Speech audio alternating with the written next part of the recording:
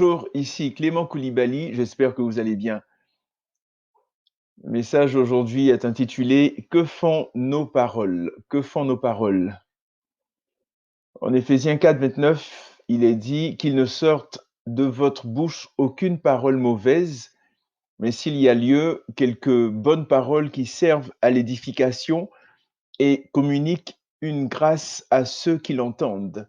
D'autres versions disent qu'il ne sort de votre bouche aucune parole malsaine. Donc il est dit qu'il ne sorte de votre bouche aucune parole mauvaise, mais s'il y a lieu, quelques bonnes paroles qui servent à l'édification et communiquent une grâce à ceux qui l'entendent. Éphésiens 4, 29. Très souvent, nous ne sommes pas conscients de l'impact que peuvent avoir nos paroles. Mais dans ce verset, l'apôtre Paul nous encourage, nous exhorte, nous ordonne même de faire attention, de prendre garde, de veiller sur nos paroles. Tout d'abord, il nous dit qu'il ne sorte de nos bouches aucune parole mauvaise.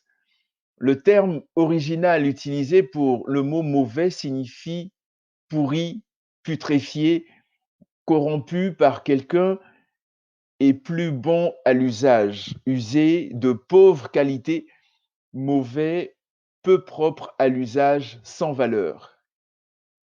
Autrement dit, qu'il ne sorte de nos bouches aucune parole pourrie, putréfiée, corrompue, sans valeur. Comment sont nos paroles? Sont-elles avariées, périmées, pourries?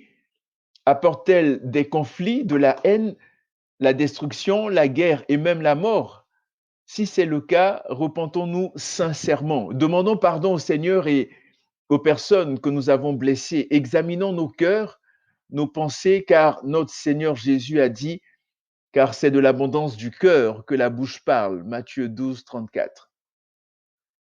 Par la suite, l'apôtre Paul nous dit que nos paroles doivent être plutôt de bonnes paroles qui édifient et qui communiquent une grâce. Cela signifie que nos paroles doivent être remplies d'amour, de respect, de compassion, d'encouragement. En un mot, de tout ce qui est positif. Est-ce que cela veut dire qu'on ne peut pas reprendre une personne ou lui faire des reproches? Non, pas du tout. Tout se dit, mais il y a la façon de le dire. Comme le disait ma mère, la musique est dans le ton. Le mot utilisé pour édification dans l'original est très intéressant. Il était utilisé pour parler de la construction d'une maison, oikodomeo. Autrement dit, lorsqu'on dit de bonnes paroles à une personne, nous la construisons au lieu de la détruire, nous l'édifions. Une autre définition du mot édification est l'action de celui qui encourage à la croissance dans la sagesse chrétienne, la piété, le bonheur, la sainteté.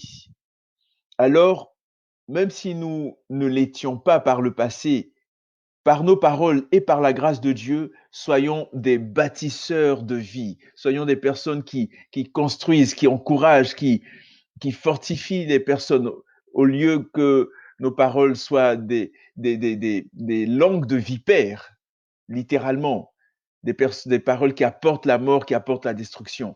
Vraiment, faisons tout, prions, demandons au Seigneur son aide et que nous puissions par nos paroles apporter la vie et non la mort. Merci. Le Seigneur Jésus revient très bientôt. Préparons-nous et que Dieu vous bénisse.